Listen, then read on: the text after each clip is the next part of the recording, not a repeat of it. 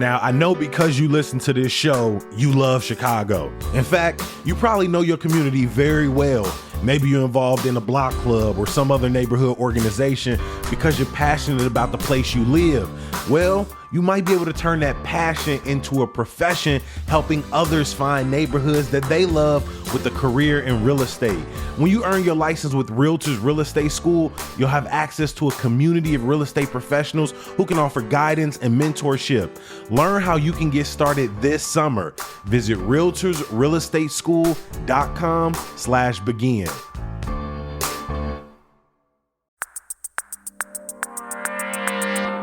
Today on CityCast Chicago, Vienna Beef made a little cameo on the bear. Next week is National Hot Dog Day, and we are in the season of cookouts. So I guess we got to finally talk about hot dogs. It's Wednesday, July 10th. I'm Jacoby Cochran, and this is what Chicago's talking about.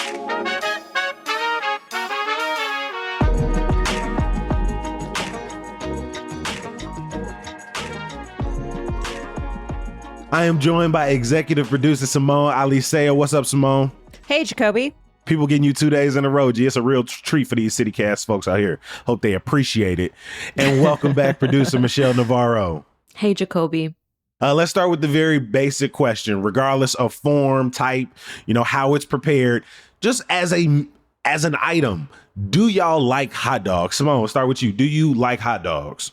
Yeah, I definitely went through a phase where I was like, oh, hot dogs, it's all just ground up meat encased in something, and surely that can't be good for me. But I've come back around. I think I really appreciate the simplicity of a hot dog, and it's actually kind of a go-to for me now in certain situations. Yeah, in my household growing up, we basically had bologna, cheese.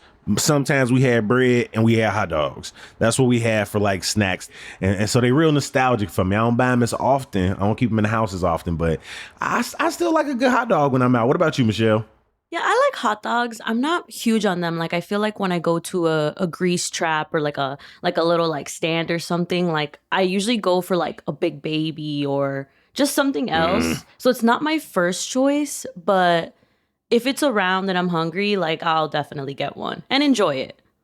For sure. When I go to I'm thinking of Petey's Gyros off of the E-Way on 47th Street, I'm probably getting a burger, but I always got a side item. And that switches between maybe a chili cheese dog, maybe a Polish, but usually it's the pizza puff. So yeah, if we had to rank where the hot dog falls on my snack category, it's definitely under pizza puff. Do you like the Chicago dog specifically, Simone? Okay, I'm a Chicago dog evangelist, I would say. I don't care what anyone else has to say. I don't care whatever veggie slander you want to throw out at the Chicago dog. I'm here for it. I think it's transformative. I would put it down as maybe the best regional hot dog in the country. I think it is. If you're going to have a hot dog, I think it's the superior dog to have. All right. So to remind people, everything on a Chicago dog, you grab your, obviously, hot dog, your poppy bun, then you throw some mustard on it, some relish, some diced onions, tomato, pickle, a big ass pickle, some sports peppers, and some celery salt. Apparently, the original one also had lettuce, if there isn't enough things on it already. Michelle, what about you? When you hear that list of ingredients, how do you feel? I love all the toppings on it. It just adds flavor and textures. Yeah, it does. I know, Jacoby, you said recently that you don't like sports peppers. I love sports peppers. So I love having a bunch in every bite. I like the crunchiness and the flavor. I can't have a plain hot dog. Whenever I'm in a situation where I'm eating a plain hot dog, it takes me back to Socorro Sandoval Elementary School on 55th in St. Louis, eating a sad ass hot dog in the cafeteria, a boiled hot dog with nothing but one packet of ketchup to it. And I don't like those memories. I like my hot dog, treated with love. I need all the toppings. I need the crunch, the spice, the seasonings. I think it's what really makes it for me. Nah, I respect that. I respect that. Both of y'all opinions. Nope. I'm the resident Chicago dog hater. I don't just hate the sport peppers. I don't want the pickle. I don't want the tomatoes. You don't like I really pickles? don't want the mustard. What do you mean you don't like mustard? I like pickles. I love sweet pickles, but I don't want them on a hot dog. Like the one thing I want with a hot dog is, and I'm not saying a Chicago dog is not a good grab and go option. That's not what I'm saying.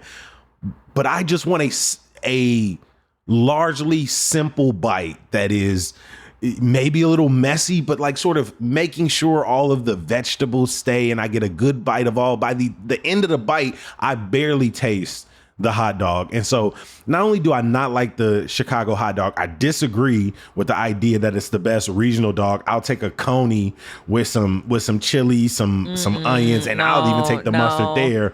Over wait, it. so you like the mustard? You like the mustard in the coney dog, but you don't like it on the Chicago dog? No, because I appreciate that it's sort of lost a little bit in the meat, and I appreciate mustard with ketchup. I'm not gonna lie. Like the Chicago arrogance around we won't put ketchup on a hot dog. I was at a festival once. I asked for a hot dog, hold some of the ingredients, and then with the ketchup. And dude literally looked at me and said, I'm a real Chicagoan. I won't put ketchup on it. You do it yourself. And he wasn't joking. He wasn't playing. He was serious. And I about wanted to smack his ass. I was like, who are you talking to? I was like, not only did I just pay for this, but like real Chicagoan, bro. You ain't probably never even been to my neighborhood. Get out my face. So I agree that kind of behavior is like super tiring and irritating and uncalled for. Like, especially at like an establishment where you're buying food. Like that's wild. Like, what are you doing? But Jacoby, ketchup. Ketchup. It's great. It is a condiment that all it does is mask. It's just sugar and acid just squirted from a bottle. You ain't said nothing that made me hate it in any way. I love it more after your description, honestly. Mask, covering, square out. I love every which way you could have described it. And I think especially coming up in a household where a lot of these ingredients, I'm not saying they weren't available, but no one was going through all of that. Like my grandma made you a hot dog and she said, ketchup, mustard, pickle lily, ketchup, mustard, pickle lily. That's how my grandma made it every single time. And so the idea that like ketchup is this, like the Chicago boogeyman that just has no place even near a hot dog is ridiculous when it is just one of the most widely accessible condiments to the most amount of people in Chicago. So I think it just works so well on a hot dog. I'm not disputing that. I'm just saying now that you're older and you have a choice, why would you choose ketchup? And that's another thing people say. It's always about it being sort of childish, as if our tastes aren't developed in childhood. Like our personalities aren't developed in childhood. Like a lot of our interests and hobbies aren't. That's wild. I'm not saying tastes don't change and they don't expand, but I'm saying something as seminal to childhood as memories with my grandmother, a household that maybe didn't have all of the groceries because there was 4 to 5 people living in it. Ketchup was probably as consistent in the refrigerator as water. And so I'm just saying it's hard to detach that from it, from my appreciation for it. And so every time people are like, oh, it's so kiddie, it's sugar, I'm like, okay, you just reminded me of growing up in the hood, so I don't know what you want me to do. I love the ketchup on there. I would replace the whole tomato or like the chunks of tomatoes with just ketchup instead. Because I like tomatoes, but I'm not big on those kinds of tomatoes on that Chicago dog specifically. And they always put fat ass chunks on it. Don't nobody cut the tomatoes up well. They just like... I will agree. So the only thing I ask for when I get my Chicago dog, I ask for it with no tomato. And my issue with tomato is that there's a lot of really bad tomatoes out there. Like, I feel like it's really hard to find a good tomato. And so it's just like watery and kind of gross. And you got to put some salt on it. You got to pre-salt it. I am here. The whole reason I come to a Chicago dog is 2 things. It's the acid in the mustard, in the pickle, in the relish. And then it's also the texture in the relish, in the onions, in the sport pepper. Like, I just think it's strong flavor, these strong textures. It actually feels like a meal, or it feels like a sandwich. Yeah, I feel that. I'm going to, again, mustard, relish, onions. I'm going to throw a little salt and pepper on it to be a little fancy. But the rest of this, I'll take my pickle on the side. I'll take my pickle on the side. And if I want a side salad, I give me a side salad.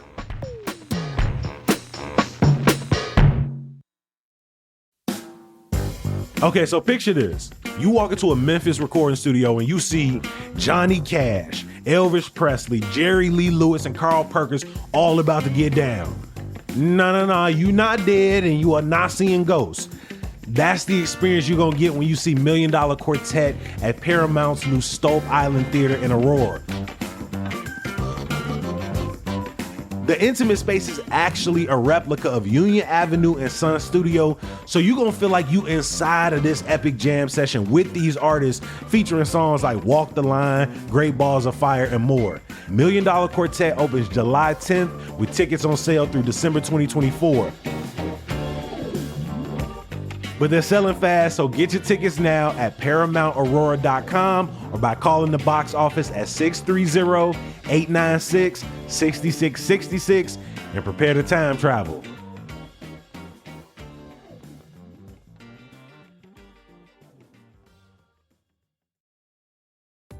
Hi, I'm David Plotz, the CEO of CityCast.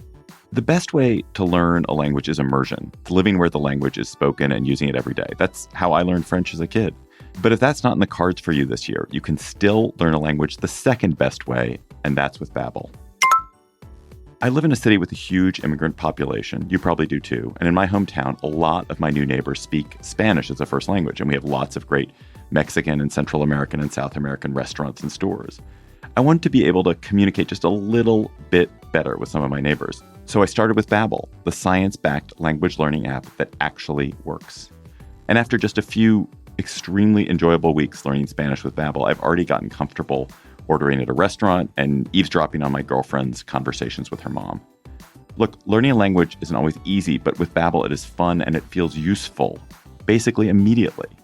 That's why Babbel has over 16 million subscriptions sold. Plus, all of Babbel's 14 award-winning language courses are backed by their 20-day money-back guarantee. Here's a special limited-time deal for CityCast listeners. Right now, get up to 60% off your Babbel subscription, but only for our listeners at babbel.com/citycast. Get up to 60% off at babbel.com/citycast. Spelled BABBEL.com/citycast. Rules and restrictions may apply. So while I don't like the Chicago dog and I don't like Chicago dog gatekeeping, but the actual story of the Chicago dog, like what makes it and why it is so such a Chicago staple, I've always enjoyed that story. Yeah, it's so interesting because it actually used to be called the Depression sandwich. So it has its origins in the Great Depression because for exactly kind of the reasons we're talking about, it was a whole meal, you know, meat, veg, bread that you could get for really, really cheap. Like in so much of Chicago food, right? So much of it is an immigrant story, right? When the Germans came to Chicago, they helped to, and to the US in general, right? They helped to popularize what we now, right? The concept of a hot dog and sausages and eating them in that way. And then you had Jewish immigrants who kind of added their own spin to make them all beef franks, right? To make them kosher.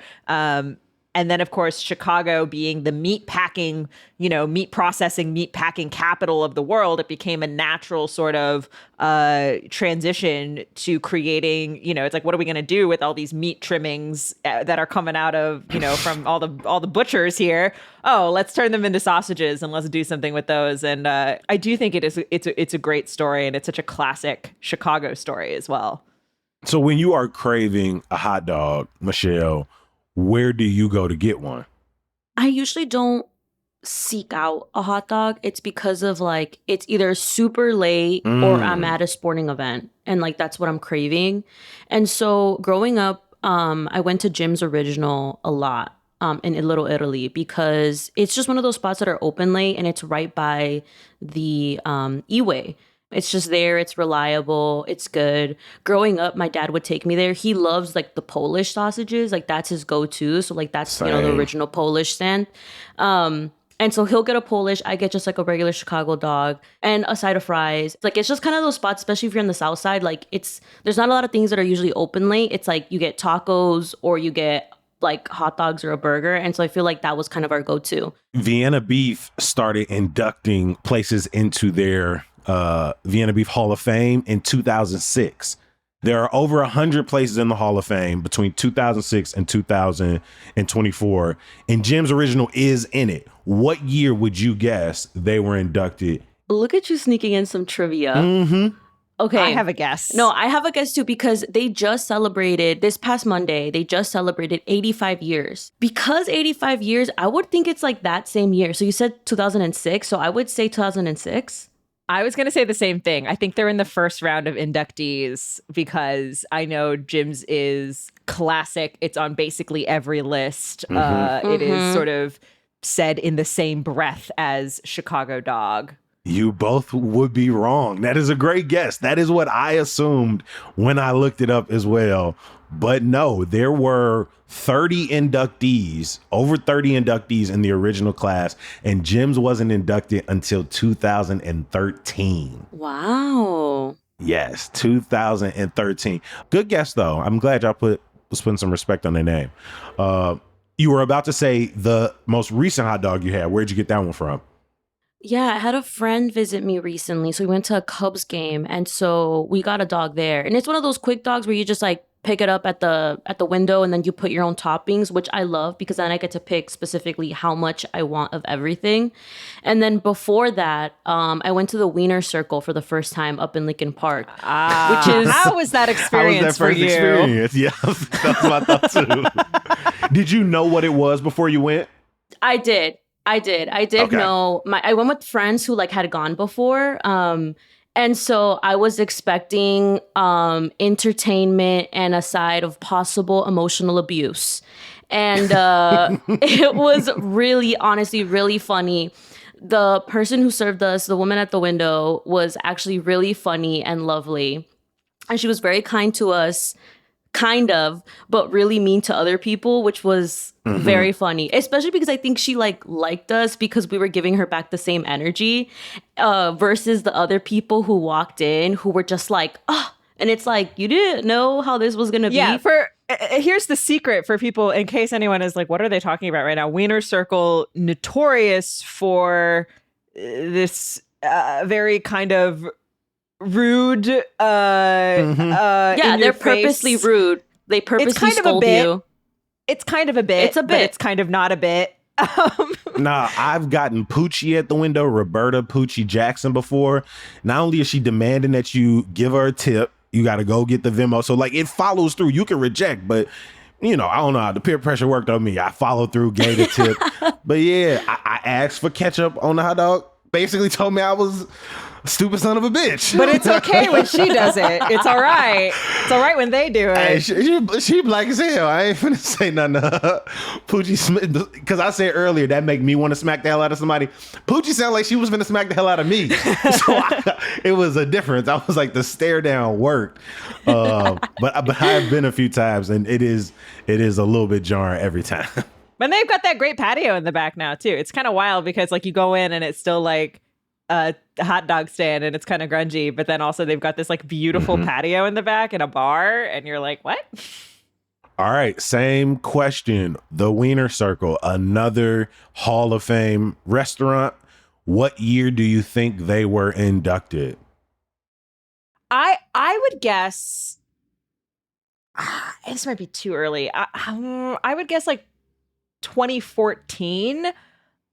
That is based off of very little, based off the vibes of It's been open since 1983. So 2014, but I think that's when the like rudeness and stuff, that's like the viral rude era of like when people would go to restaurants, they'd film themselves and like, I don't know, it just feels like a very 2014 era kind of thing. And I wonder if that's when they maybe picked up on that. So that's my guess, 2014. I'm gonna just guess and say 2011. No context, just a guess. I was reading an Atlas Obscura piece. It says from the beginning, in the neighborhood, the customers were not always the nicest or most attentive. One night in 1992, founder Larry Gold was trying to get a patron's attention, and when typical please didn't work, Gold yelled out, "Hey, asshole." It was a 2006 original inductee. Yes. It was amongst the original group. Oh, I was say that. I was gonna say that, but I was like, I said that last time. Wow. I guess they are famous. Well, yeah. They are. Yep, they are famous. I think the hot dogs are just fine. One of the facts I was reading about Vienna, we keep referring to Vienna Beef, which is sort of the hot dog provider in Chicago. You see their signs everywhere, right? And I was reading a Forbes article where they said that hot dog supply is very regional, like Nathan's in New York, for example, right? And apparently Vienna Beef, according to this article, had 71% of the market share in Chicago for hot dogs. Damn. Which is wild, right? Yes. I was thinking some of the others in that 2006 class, Skip's Chicago Dogs, Wolfie's Hot Dogs, Byron's Hot Dogs in Lawrence, and Byron's Hot Dogs in Irving Park, then some others. We'll put the entire link to the Hall of Fame down below. But Wiener Circle was on your list, Jim's Original.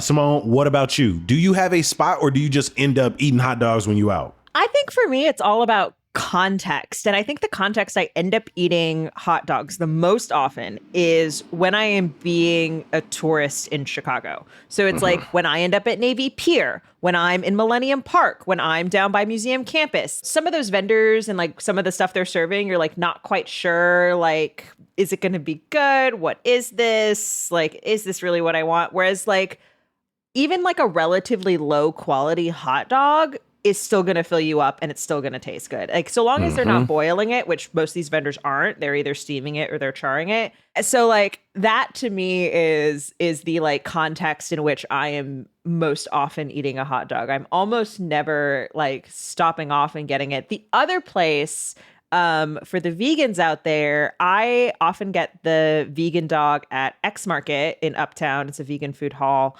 They're called Chicago Not Dogs, and they're pretty good. I think like hot dogs are one of those things that you can do really well as a veggie or vegan version because it's just a bunch of stuff ground up with spices, you know?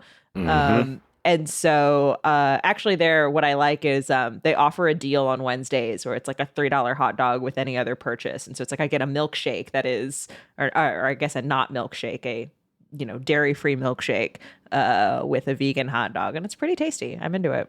You also got a fancy dog on your list. Well, so I have actually never been to. I was looking up just kind of what other people say because again, I don't go out in search of hot dogs. They kind of just find me, and I'm in a context where they make sense. But pretty much everyone on the internet mentioned Fixin' Frank's at Home Depot, the Home Depot hot dog. Yeah. This is the low key spot, especially the one on Elston. It's the one on Elston, I believe, is one of the spots where Fixin' Frank's offers a Wagyu hot dog. So a very fancy beef hot dog. Another one that came up that now I do kind of want to go seek out and try is Duck Inn. Apparently has a hot dog that is a mixture of duck and beef. It's a duck fat hot dog. And I don't know, that immediately you put duck in something and my brain is like, yes, I'd like to try that. Please put that on my plate. No, I had it. It's fire. Is it good? It is. It's fire.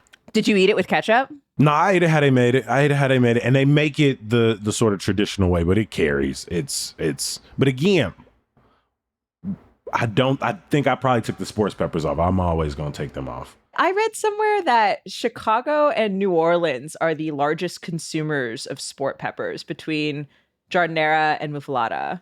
Jacoby, what about you? Where do you go to get your hot dogs? Your hot dogs with ketchup or whatever else you put on them? I love a good shady comment. Very similar to y'all. It is contextual. I think the last hot dog I had that wasn't like at the 4th of July cookout over the weekend, which again, grilled, a little bit of homemade barbecue sauce to perfection. I need nothing more than that. But if I am looking for like a chili cheese dog, I go over to Dan's Hot Dogs on 93rd and Ashland. And again, this was my childhood hot dog stand next to my elementary school where I went for K through 8th grade. And so it was something that I had way more times than I can count. Also, even though y'all have no connection to this restaurant, when do y'all think Dan's Hot Dogs, because it's another Hall of Fame Vienna Beef restaurant, what year would you say Dan's was inducted? And it was founded in the 1980s. 2009. Okay. I have no reason. You're splitting the difference now between your first two? 2006. Good guesses. No, Dan's was inducted in 2018. What? Yes. What are the parameters? How do they give you any, like, how do they define a Hall of Famer? They do not. They do a little write-up on them, though. And over the years, Dan's became a reputable Chicago hot dog stand. Mayor Daley used to come by Dan's or have his assistant pick up lunch for the offices. And even some of the barbershop movie cast would stop in. Serving the local community is a priority for Dan's. They have participated in charitable work with St. Etheldreda's School. Oh, that's your school. I didn't even realize until I started reading their write-up just now that was even mentioned in there. And so shout out to them. Real quick, before we get out of here, I feel like we can't talk about hot dog sausages without talking about the Maxwell Street Polish. That is on my list. And for me, it reigns supreme over the Chicago dog. If I had to choose, put in a room with a perfect Maxwell Street Polish, charred Polish, grilled onions, and you put that next to the perfect Chicago hot dog with all the perfect fixings at the right proportions, I'm still taking the Maxwell Street Polish. And I'm getting mine probably on 79th and South Chicago, which means I am braving arguably one of the scariest intersections in all of Chicago to get this Polish. And then I'm probably going to throw some fries on top of it as well. I love a Polish.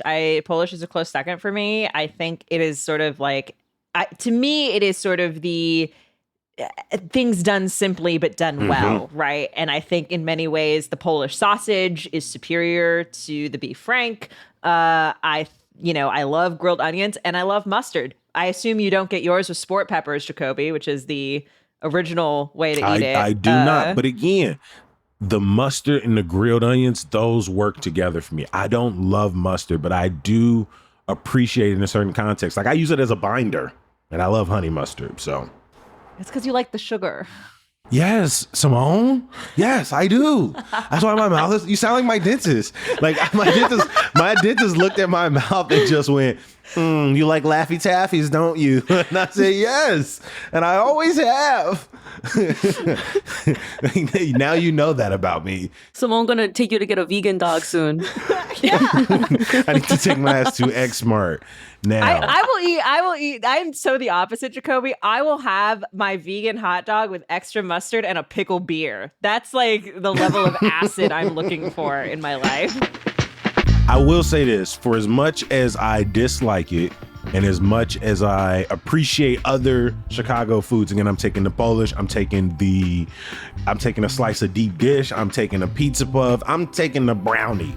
But as sort of its place as a Chicago iconic snack, its story, what it looks like on a picture, like I am cool with where it sits in Chicago's lore because I understand that is more than taste.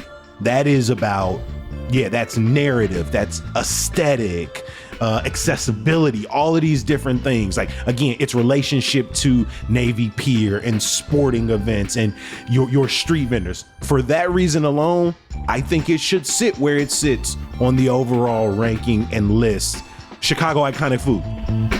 I want to give a huge thank you to our amazing CityCast Chicago team. Shout out to executive producer and Chicago hot dog evangelist Simone Alisea. Hey, thanks, Jacoby. And shout out to our amazing producer Michelle Navarro. Thanks, Jacoby. For the full Hall of Fame list and all the restaurants mentioned in this conversation, please check our show notes.